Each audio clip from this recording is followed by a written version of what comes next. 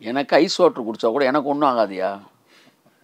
உனக்கு பச்சை தண்ணி குடித்தா கூட சளி பிடிக்கும்னா நீ குடிக்காத, கொதித்து வைத்து ஆரிய தண்ணீரை பருகுங்கள். உங்களுக்கென்று அழகாக வந்து நம்ம சாராள் நவரோஜி அம்மா பாடல்கள் இருக்கிறது.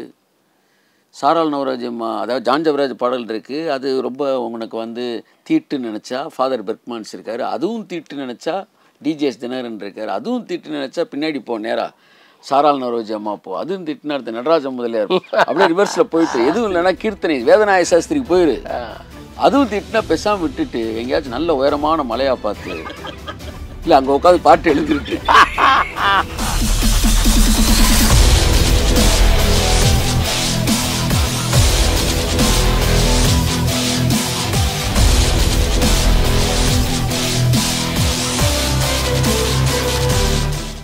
பாஸ்டர், ஒரு out of the context question, இது கேட்கலாமான்னு தெரியல, இருந்தாலும் கேட்கலாம்.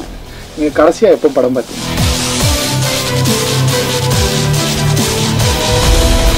நான் என்ன சொல்கிறேன், சினிமா பாடல் பாடலாமான்னு நான் கேட்கும்போது ஒரே ஒரு கேள்வி கேட்குறேன். இந்த கேள்வி சினிமா பாடலை பிறந்ததிலிருந்து பாடாத ஒருவன் என்னிடத்தில் வந்து கேள்வி.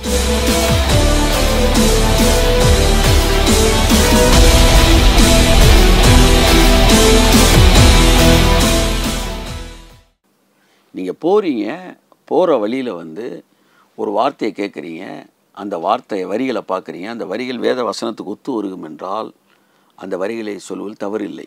வேதம் இன்றைக்கு விரசமானதுக்கு ஒத்து வராது. ஸோ உங்கள் புலவர்கள் என்று பவுல் சொல்லியிருப்பது, நீங்கள் ஒரு நல்ல ஆக்ஸா பிளேடு வாங்கி இல்லாட்டி டோப்பாஸ் பிளேடு வாங்கி என்ன செய்யணும்? சுரண்டிடணும். மதவாதிகள் சினிமா பாடல் ரெஃபரன்ஸை விரும்பாதவர்கள், அவங்க பைபிளில் அப்போஸ்தலர் 17:28 சுரண்டி எடுக்க வேண்டும் உடனடியாக. இப்போ நீங்கள் சொன்னீங்க பார்த்தீங்களா, வெளியில் புலவர்கள் எழுந்தது அப்படின்னு சொல்கிறீங்க.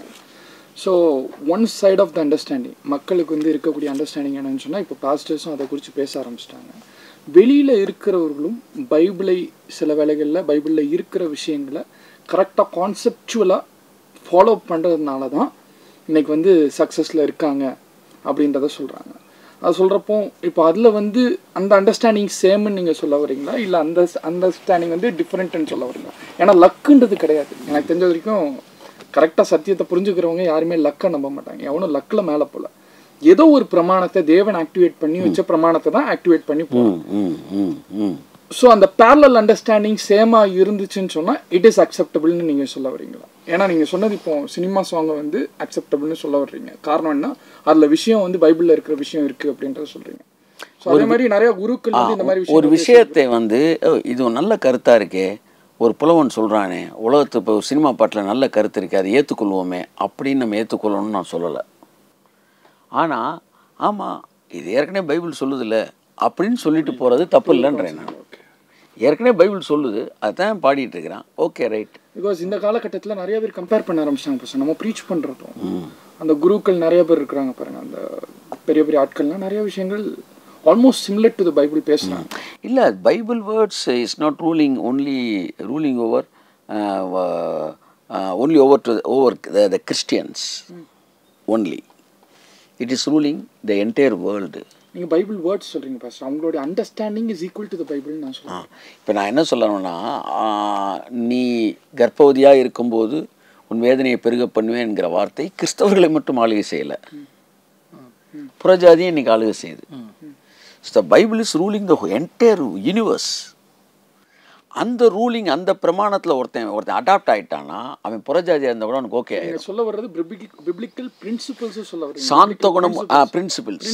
சாந்த குணம் உள்ளவர்கள் பாக்கியவான்கள், அவர்கள் பூமியை சுதந்திரிப்பார்கள். நீ அமைதியாக இருந்தால் நீ நிலத்தை பொசஸ் பண்ணிடலான்னு இயேசு சொன்னதை காந்தி அடாப்ட் பண்ணப்ப, அஹிம்சை சாந்த குணத்துக்கு வந்தப்போ இந்தியாவை சுதந்திரிச்சார்.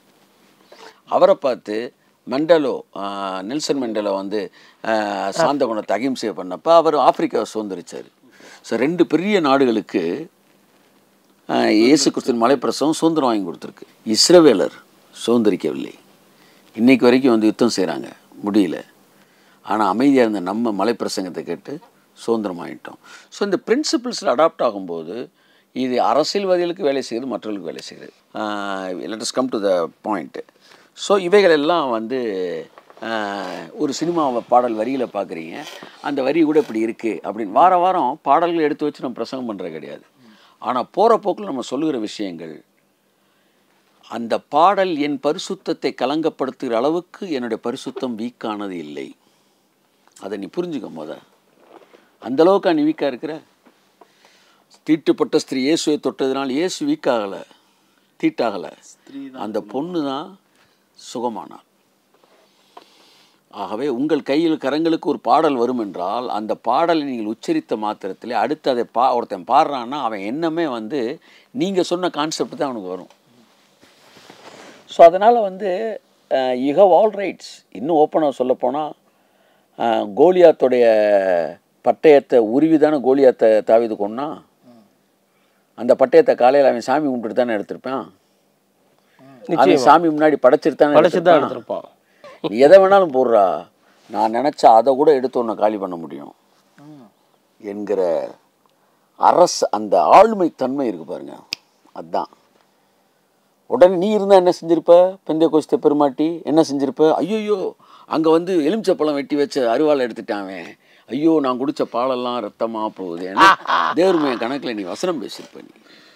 ஆனால் அவன் எடுத்து ஒரே போட்டான், நீ எலுமிச்சப்பழத்தை விட்டு நீ வந்து குங்குமத்தை வைடா, அதை எடுத்து தாண்டா ஒன்றை போடுவேன்னா. அப்படித்தான் நீ என்ன வேணாலும் எழுதுறா, அதை எடுத்து நான் ஒன்றை தான் காலி பண்ண போகிறேன். ஸோ இந்த நாட்களில் கோலியாத்தின் பட்டயங்களை எடுத்து கையாள கற்றுக்கொள்ளுங்கள் என்கிற வார்த்தையை நான் கிறிஸ்தவ உலகத்திற்கு வைக்கிறேன். கோலியாத்தின் பட்டயத்துக்கு நிகர் இல்லை. ஆமேன், ஆமேன். எப்படி பாருங்க, வருது பாருங்க. இல்லை, சினிமா பாட்டை கேட்குறப்ப ஃபெய்த்து விசுவாசம் வருதுன்னு சொல்கிறீங்களா? அது கொஞ்சம் எப்படின்னு சொல்லுங்களேன் எனக்கு. இல்லை அந்த பாட்டு நீங்கள் சினிமா பாட்டு இல்லைங்கய்யா, நீங்கள் சினிமா பாட்டே இல்லை. நீங்கள் கடவுளோடு தொடர்பில் போயிட்டு இருந்தீங்கன்னா ஒரு ஆர்சி சர்ச்சில் வந்து இல்லாட்டி ஒரு ஸ்கூல் சவுத்தில் எழுதி வச்சுருக்கேன் பாருங்க, வந்து ஒரு திருக்குறள் நான் போயிட்டே இருக்கிறேன். அப்போ கடவுள் என்கிட்ட சொல்லிகிட்டே இருக்காரு, மகனே வந்து மேலானவையை நாடுங்கள், உன்னுடைய இருதயம் எங்கே இருக்கிறதோ பொக்கிஷம் எங்கே இருக்கோ உங்கள் இருதயம் இருக்கிறது, ஒரு யோசிக்கும் இடமிடவோ அந்த இடத்திற்கு சிறிய சுக்கானாலே பெரிய கப்பல் திரும்பவும் பேசிகிட்டே வராரு. உன் எண்ணம் ரொம்ப முக்கியம்டான். திடீர்னு பார்க்குறேன் வந்து ஸ்கூல் சவுத்தில் வந்து உள்ளுவதெல்லாம் உயர் உள்ளல் மற்றவை தள்ளினும் தள்ளாமை நீர்த்து வெள்ளத்தனைய மலர் நீட்டம் மாந்தர்தும் உள்ளத்தனைய உயர்வு.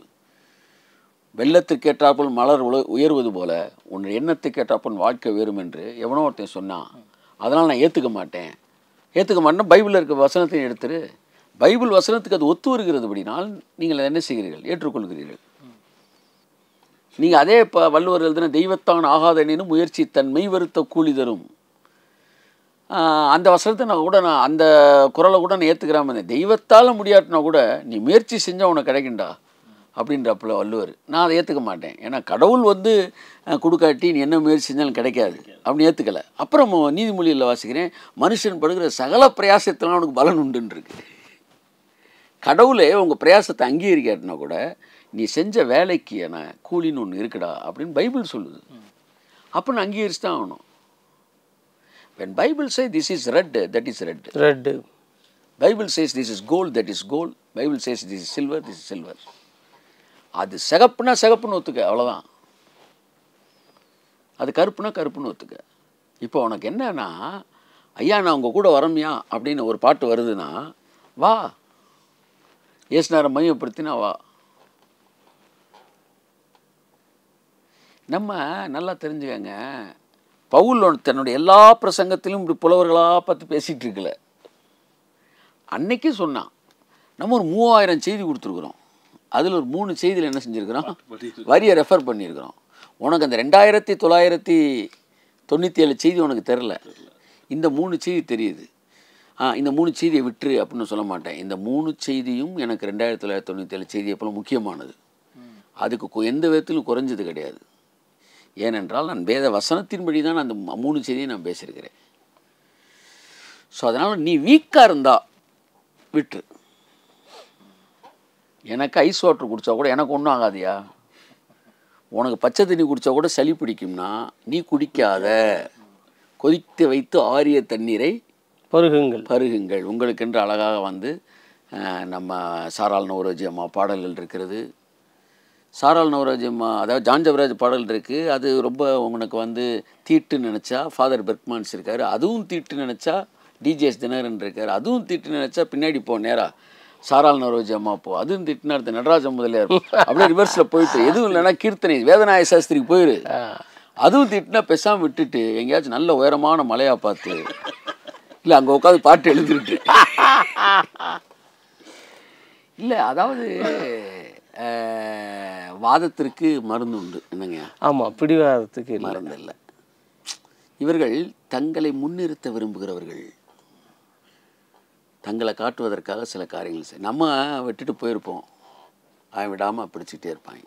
ஸோ நீங்கள் சொல்ல வர்ற விஷயம் வந்து வெறும் பாட்டு இல்லை, எது ரிலேட் ஆனாலும் அந்த ரிலேட் ஆகிற விஷயத்த, பைபிளில் ரிலேட் ஆகிற விஷயத்த ஏற்றுக்கணுன்றீங்க. இயேசு சிலுவையில் அறையப்படும் போது அண்ணாவும் காய்பாவும் இருக்கும்போது அவங்க தீர்க்க தரிசனம் சொன்னாங்க, பைபிளில் இருக்குல்ல? அப்படியே இருக்கு, அப்படியே இருக்கு. அவன் அந்த வருஷத்து பிரதான ஆசாரியனாக இருந்தபடியால் ஜனங்களுக்காக ஒரு மரிக்க போகிறார் என்பதை தீர்க்க தரிசனமாய் சொன்னான். அப்படிங்களா? அப்படியே இருக்கு. அப்புறம் வந்து அவன் தீர்க்கதரிசி இல்லை, நான் ஏற்றுக்க முடியுமா? தீர்க்கதரிசி இல்லாதவர்களும் தீர்க்க தரிசனம் சொல்லும்போது அது தீர்க்க தரிசனம் என்கிற பட்சத்திலே அவன் தீர்க்கதரிசியாக இல்லாவிட்டாலும் ஏற்றுக்கொள்ள வேண்டும். ஆம், ஆம். அப்போ ஒரு உலகத்தான் தீர்க்க தரிசனமாக ஒரு வரியை எழுதிட்டான்னா கூட நீ அதை என்ன செய்யணும்? அங்கீகரிக்கணும். என் விதி அப்போது தெரிந்திருந்தாலே கர்ப்பத்தில் நானே கலைந்திருப்பேனேன்னு ஒரு வரி சிந்து பேரவையில் வைரமுத்து எழுதுறாரு. பைபிளில் நீங்கள் அந்த சினிமா பாட்டு எழுதி வச்சிருக்கீங்க. யோபு சொல்கிறான், என்னுடைய எதிர்காலம் தாயின் கர்ப்பத்தில் தெரிஞ்சா என் கர்ப்பத்திலே நான் அழிஞ்சிருப்பேன். யார் சொல்லுவா? யோபு சொல்கிறான். சிந்து பேரவை பாட்டப்பலோட எழுதி வச்சிருக்கீங்க. இப்படி என்ன சொல்லுவ? பைபிளில் இருக்க வசனத்தை அழிப்பியா, சிந்து பேரி பாட்டு அழிப்பியா? நீ இந்த வசனத்தை வாசிக்கும் போதெல்லாம் தவி போயிடணும், ஏன்னா சிந்து பேரி பாட்டு உள்ளே வருது. அப்போ அது எங்களுக்கு முக்கியம் இல்லை சார், அதை நாங்கள் கன்சிடரே பண்ணலை. பைபிள் சொல்கிறது தான் நாங்கள் கேட்போம்னா தைரியமாக பேசு. ஊசியின் காதில் ஒட்டகம் நுழைன்னு ஒரு பாடல் எழுதியிருக்காங்க இல்லையா? விஜய் படத்தில் சிவாஜி கணேசன் பாருன்னு ஒரு பாட்டு இருக்குது. இது யார் சொன்னது? ஏசுனார் சொன்னது. ஆமாம். இப்போ சினிமாவில் வருதுன்றக்கா நீ சொல்லாமல் இருந்துருவியா? எதற்காக உன் உரிமையை நீ விட்டு கொடுக்க வேண்டும் என்று நான் கேட்கிறேன். நீ பேசுனது அவன் பேசுனான்னா சந்தோஷமா பாடுறான், நம்ம மேட்ரு உள்ளே வந்துருச்சுரா அப்படின்னு சந்தோஷப்படு. இது தீட்டு கூட்டம். இந்த கூட்டத்துக்கு பேர் இருதயம் சுத்தமுள்ளவர்களுக்கு சகலமும் சுத்தமாயிருக்கு. கரெக்ட். இதுதான் வந்து வேதத்தினுடைய சத்தியம். சத்தியம். சுத்தம் இல்லாதவர்களுக்கு சகலமும் ஒன்றும் சுத்தமாயிராது. பாஸ்டர், ஒரு out of the context question, இது கேட்கலாமான்னு தெரியல, இருந்தாலும் கேட்கலாம். நீங்கள் கடைசியாக எப்போ படம் பார்த்தீங்க? நான் வந்து 34 வருஷத்தில் என்னங்க 1990 ஒரு படம் பார்த்தேன், அவ்வளோதான். ஸோ இதுதான். அதற்கப்புறம் 30 வருஷம் கழித்து ஒரு படத்துக்கு போனேன், அதை பாதியில் இன்டர்வல்லே எந்திரிச்சு வந்துட்டேன். இதுதான் என் நிலமை. ஆனால் இந்த சினிமா இந்த படத்தை பற்றி எதிர்த்து பேசுகிறான்ல, அவனை கூப்பிட்டு கேளுங்க. போன வாரம் அவன் தேட்டர்லேருந்து வந்திருப்பாங்க. தேட்டர்லேருந்து வரலையோ இல்லையோ, ஃபோனில் பார்க்குறாங்க, டிவியில் பார்க்குறாங்க. ஒருத்தனெல்லாம் நான் வந்து இன்டர்வியூ கொடுக்குறாயா வெளியில் வந்து படம் பழைய மாதிரி இல்லை அப்படின்ட்டா. யாரா நீனா? அவன் ஜஸ்டின் அவர்கள் சினிமா பாடல்கள் இப்போ சினிமா என்னது படம் பார்ப்பதை இப்போ வந்து நான் வன்மையாக எதிர்க்கிறேன். அவன் சைட்டுக்குள்ளே போனோம்னா அங்கே வந்து அவன் இன்டர்வியூ பண்ணுறதை அவனே எடுத்து வச்சில்ல. ஏன் இந்த கொஸ்டின் கேட்டேன் நான்? சரி, இன்னொரு கொஸ்டின். மக்களுடைய ஐடியாலஜியை வந்து யோ ப்ரொமோட்டிங் மூவிஸ் மாதிரி வந்துருச்சு. ஸோ அதனால தான் இந்த கொஸ்டின் கேட்டேன். நோ நான் வந்து தேட்டர் செட்டப் எப்படி இருக்குது அந்த மாதிரி வந்து நம்ம ஆடிட்டோரியம்லாம் நம்மலாம் சர்ச்செல்லாம் கட்டுமோ அந்த மாதிரி இருக்கணும். ஏன்னா நீ எறும்பிட்ட போய் கூட ஞானத்தை கற்றுக்கின்றார். ஸோ அவனுடைய சவுண்ட் அரெஸ்ட்டு, அவனுடைய லைட்டிங் செட்டப் இதெல்லாம் totally it's different. Kenneth Hagin சொல்கிறாரு, நான் ஷூட்டிங் பார்க்க போனேன், உள்ளே போயிட்டு ஏறக்குறைய 3 மணி நேரம் கழிச்சு ஹாலிவுட்டு ஷூட்டிங் முடிச்சு நான் வெளியே வரேன். உள்ளே போகும்போது எனக்கு இருந்த ஆவி மனிதனை விட வெளியே வரும்போது அவன் 100 மடங்கு ராட்சசனாய் வளர்ந்துருந்தான்றார். என்ன நான் அவர் எழுதுறாரு கீழே, அங்கே பார்த்தா ஒரு 3000 பேர் வேலை பார்த்துக்கிட்டு இருக்கிறாங்க ஒரு சீன், ஒரு ஷூட்டிங்கில் ஒரு சீனுக்கு. ஆனால் அந்த ஹீரோ முன்னாடி வந்து நின்று எதிரி அடிக்கிற மாதிரி ஒரு சீன் வந்து நின்றுட்டு கைத்தட்டு வாங்கிட்டு போயிடுறான். சினிமாவில் பார்க்கும்போது அவன் தான் பிரம்மாண்டம் பண்ணுற மாதிரி இருக்கான, பின்னாடி அவ்வளோ லைட் பாய், அவ்வளோ வந்து டெக்னீஷியன்ஸ், அவ்வளோ பேர் வேலை பார்த்துருக்காங்க. ஆனால் இந்த ஹீரோ மட்டும்தான் கைத்தட்டு வாங்கிடுறான். அப்படித்தான் கர்த்தர் சொன்னாராம் அவர்கிட்ட, நீ இந்த பூமியில் வெற்றி உள்ளவனா நிற்கிறதுக்காக நாங்கள் பரலோகமே வேலை பார்த்தோம்டா அப்படின்னாராம். The whole heaven and angels were working for you just to make you a successful man. எவ்வளோ பெரிய வெளிப்பாடு பாருங்க. இதெல்லாம் இந்த பயல்களுக்கு வரும்ன்றீங்க. இவங்கெல்லாம் முந்தா நேற்று படம் பார்த்துட்டு டிக்கெட்டை பைக்குலேருந்து இன்னும் எடுக்காமலே பேசிகிட்டு இருக்கிறாங்க. Very dangerous fellows. நான் என்ன சொல்கிறேன், சினிமா பாடல் பாடலாமான்னு நான் கேட்கும்போது ஒரே ஒரு கேள்வி கேட்குறேன். இந்த கேள்வி சினிமா பாடலை பிறந்ததுலேருந்து பாடாத ஒருவன் என்னிடத்தில் வந்து கேளு. சினிமா பாட்டு சரி, அட்லீஸ்ட் ரசிக்கப்பட்ட பிறகு ஒரு தடவை கூட பாடலைன்னா நீ பேசு, நம்ம பேசுவோம். அப்போ நீங்களாம் பாட்டே பாடுற இல்லையாடான்னா அதுக்கு அவங்க சொல்கிற பதில் என்ன, பாடுறோம், நாங்கள் வீட்டில் தானே பாடுறோம். ஓ, அப்போ தம்மு வந்து வீட்டில் அடிக்கலாம், இந்த பாவத்தையும் வீட்டில் செஞ்சால் பாவம் இல்லை, வெளியில் செய்யக்கூடாது. அப்போ இது புரியலையே, பாவத்தோட கான்செப்டை நீ தப்பால சொல்கிற. நாங்கள் பாடுறது இல்லை அப்படி சொல்ல மாட்டேன்றியப்பா. பப்ளிக்காக தான், பப்ளிக்காக பண்ணக்கூடாது அப்படின்றது தான் கான்செப்ட். நான் என்ன சொல்கிறேன்னா வந்து 10 நிமிஷம் அந்த வீடியோ நான் தூக்கி விடுறதுக்காகும். நான் தூக்கி விடலையே, ஏன்னா அது ரைட்டு நீ ஒத்துக்கிற வரைக்கும் நான் விட மாட்டேன் ஒன்று. ஏன்னா நாங்கள் வந்து அப்படியே சினிமா பாடல்களையே கையில் வாங்கிட்டு டிஎம்எஸ் சவுந்தரராஜன் பாடல்கள், அதில் இருக்க பாடல்களில் இருக்க வரிகள் என்ன அர்த்தம், பைபிளில் எது இணைக்கு அப்படியே தேடி எடுத்துடுறோம் இல்லையே. இதெல்லாம் விட்டுருங்க பாஸ்டர். நம்ம அட்லீஸ்ட் இந்த எங்கேயோ போகிற வழியில் 2 வரிகளை கேட்குறோம், அந்த வரியை பேசிட்டு போகிறோம். மற்றபடி உட்காந்து கதையெல்லாம் பேசலை.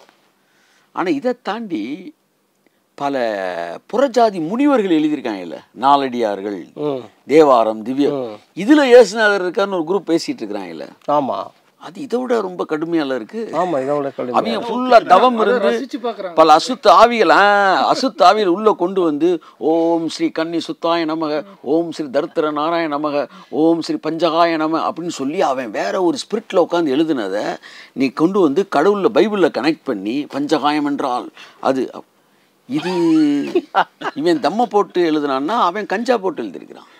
அந்த காலத்து ரிஷிகள் உட்கா போட்டு பயங்கரம் வேற லெவலில் இருக்காங்க. ஆனால் அதை பார்த்து பைபிளோட கனெக்ட் பண்ணோன்னே கை தட்டுறாங்க. கிளப்பிட்டீங்களே சார். ஓம் ஸ்ரீ கன்னி சுத்தாய நம்ம, கண்ணின் வயிற்றில் பிறந்தவரே. ஓம் ஸ்ரீ தருத்திர நாராயண நம்ம, எங்களுக்காய் தருத்திர கோலத்தை சுமந்தவரே. ஓம் ஸ்ரீ பஞ்சகாய நம்ம, 5 காயங்களை ஏற்றவரே